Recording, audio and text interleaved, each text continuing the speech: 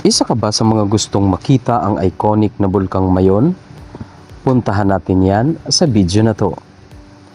Kung mahilig kang gumala, mag-road trip, biking, jogging, picnic, perfect sa'yo ang lugar na ito. Sa Legazpi City, Albay, sa pagitan ng Barangay Pawa at Tamauyan, ay may isang pasyalan na rotonda na merong monumento ni Nuestra Señora de Salvacion. Ito ay gawa ng isang iskultor na si Toy Napay na may taas na 15 metro o halos katumbas ng isang gusaling may 5 palapag. Meron din ditong mga street foods na pwede mong enjoyin habang minamasdan ang ganda ng Mount Mayon. Kaya tara na, biyahe tayo sa Albay. Ako si Neo at ito ang biyahe ko.